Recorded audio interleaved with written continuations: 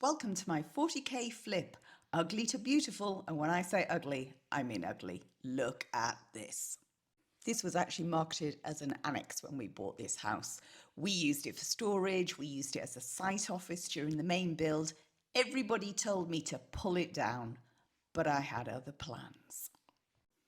One thing for certain was that flat roof had to go. It really did not blend in with the design of the main house. The original intention was to pitch the roof really quite a high pitch, the same as the main house, and I did get planning permission for that. So I'd always recommend you check out your local authority rules and regulations. But to put the heavy clay tiles on was not going to work because the foundations were not strong enough. So I ummed and ahed on design until I came up with the plan that we ultimately went with. And it was absolutely the most cost-effective solution, maximum impact, minimum expenditure. Here's how I did it. I basically designed a hat for the building. It's watertight, there was no need to take the roof off, all the construction was solid.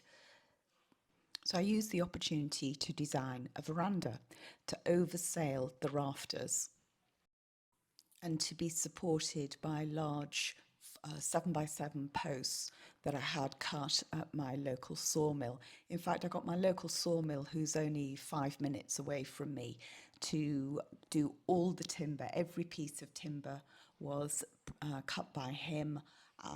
It was cut to length, so it meant there was less cutting on site, and there was literally one bucket of waste at the end of it, which was used for the log burners in the house.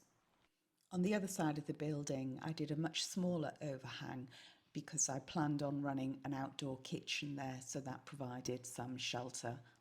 Plumbing and electrics have been ran on top of the old roof, more on that in another video. Lots of insulation's been put into the void as well. When it came to recladding, the old cladding was taken off and set aside to be used on other projects. The new cladding was cut to order by the sawmill in batches, so we didn't have anything sat around in the bad weather. All the windows and doors were framed, so we had a nice neat edge to bring the new cladding up to. I went with corrugated metal sheeting on the roof, which helps to keep the weight down and blends in with the rural environment. I got my local sawmill to cut the feather edge boarding as deep as possible because I've used very deep boarding on the main house, and I wanted this to blend in, which was also the reason why I decided to go white. I did a collaboration with Osmo and I used their base coat and their country colour in white to finish the building off again, so it just sits naturally in the environment with the main house build. As the land slopes away here, I've used that to my advantage, so it keeps the ridge line quite low against the main house. I'm using water butts to capture the rainwater on both sides of the building, and the outdoor kitchen sink is a jam pan, so that just gets tipped onto the plants. But more on the outdoor kitchen in another video. If you'd like to see inside the cottage and how I spent the rest of the 40,000, that's going to be my next video.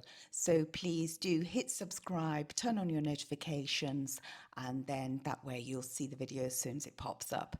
This is Bertie. You'll be seeing a lot of him. But in the meantime, if you'd like to see a little bit inside the main house, please have a look at this video and I'll see you soon.